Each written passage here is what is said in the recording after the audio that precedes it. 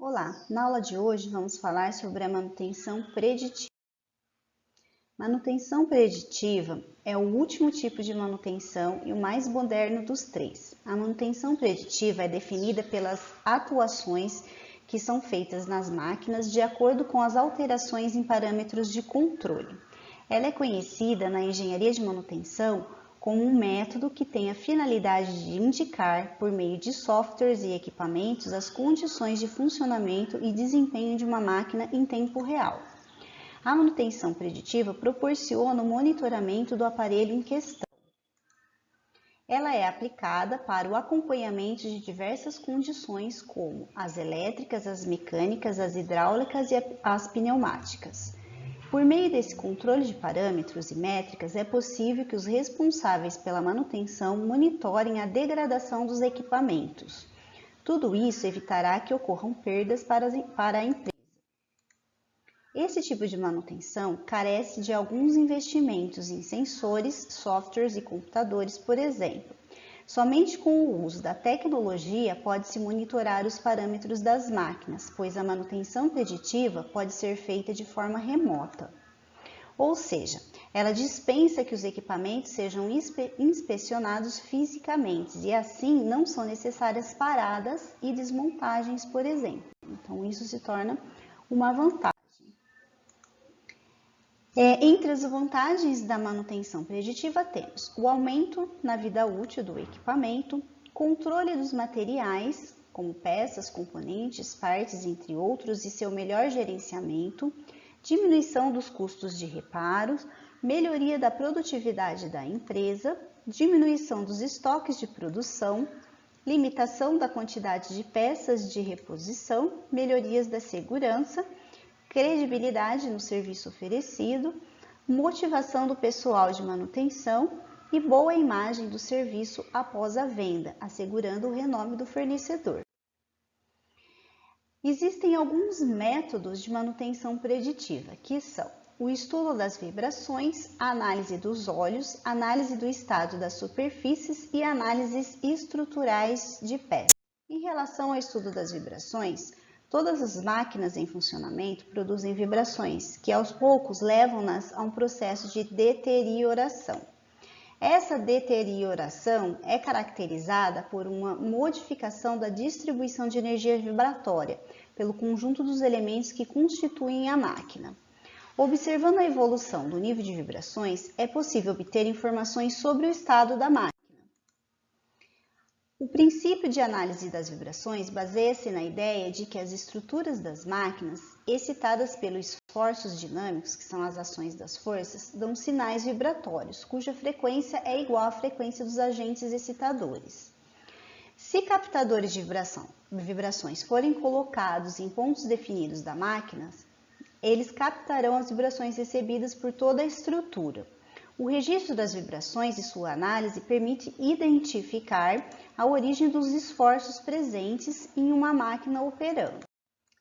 Por meio da medição e análise das vibrações de uma máquina em serviço normal de produção, detecta-se com antecipação a presença de falhas que devem ser corrigidas. Falhas, por exemplo, enrolamentos deteriorados, engrenagens defeituosas, acoplamentos desalinhados, rotores desbalanceados, vínculos desajustados, eixos deformados, lubrificação deficiente, folga excessiva em buchas, falta de rigidez, problemas aerodinâmicos, problemas hidráulicos e cavitação, por exemplo. O aparelho empregado para análise de vibrações é conhecido como analisador de vibrações. No mercado, há vários modelos de analisadores de vibrações, dos mais simples aos mais complexos, dos portáteis, que podem ser transportados manualmente de um lado para o outro, até aqueles que são instalados definitivamente nas máquinas com a missão de executar monitoração constante. Um outro método seria a análise dos óleos. Os objetivos da análise dos óleos são dois: economizar lubrificantes e sanar defeitos. Os modernos equipamentos permitem análises exatas e rápidas dos óleos utilizados em máquinas. É por meio das análises que o serviço de manutenção pode determinar o momento adequado para sua troca ou renovação, tanto em componentes mecânicos quanto em componentes hidráulicos.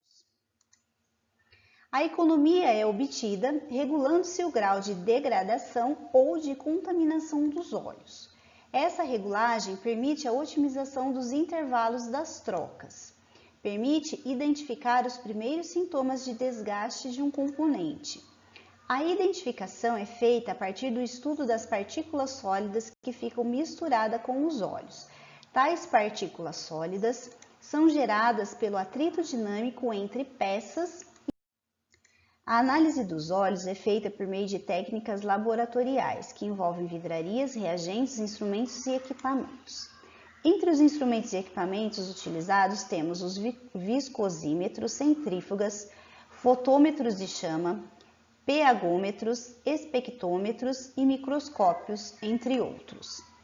O laboratorista, usando técnicas adequadas, determina as propriedades dos óleos e o grau de contaminantes neles presentes. As principais propriedades dos óleos que interessam em uma análise são índice de viscosidade, índice de acidez, índice de alcalinidade, ponto de fulgor e ponto de congelamento. Em termos de contaminação dos óleos, interessa saber quanto existe de resíduos de carbono, partículas metálicas e água. É a análise que vai dizer se o óleo de uma máquina ou equipamento precisa ou não ser substituído e quando que isso deverá ser feito. Um outro método é a análise do estado das superfícies.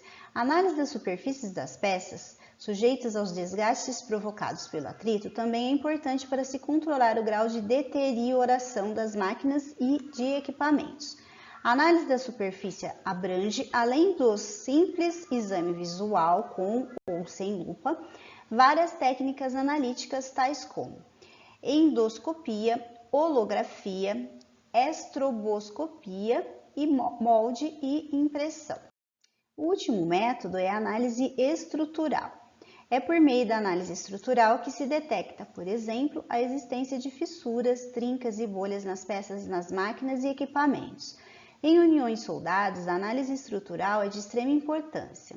As técnicas utilizadas na análise estrutural são interferometria holográfica, ultrassonografia, radiografia, gammagrafia, ecografia, magnetoscopia, corrente de Foucault e infiltrações com líquidos penetrantes.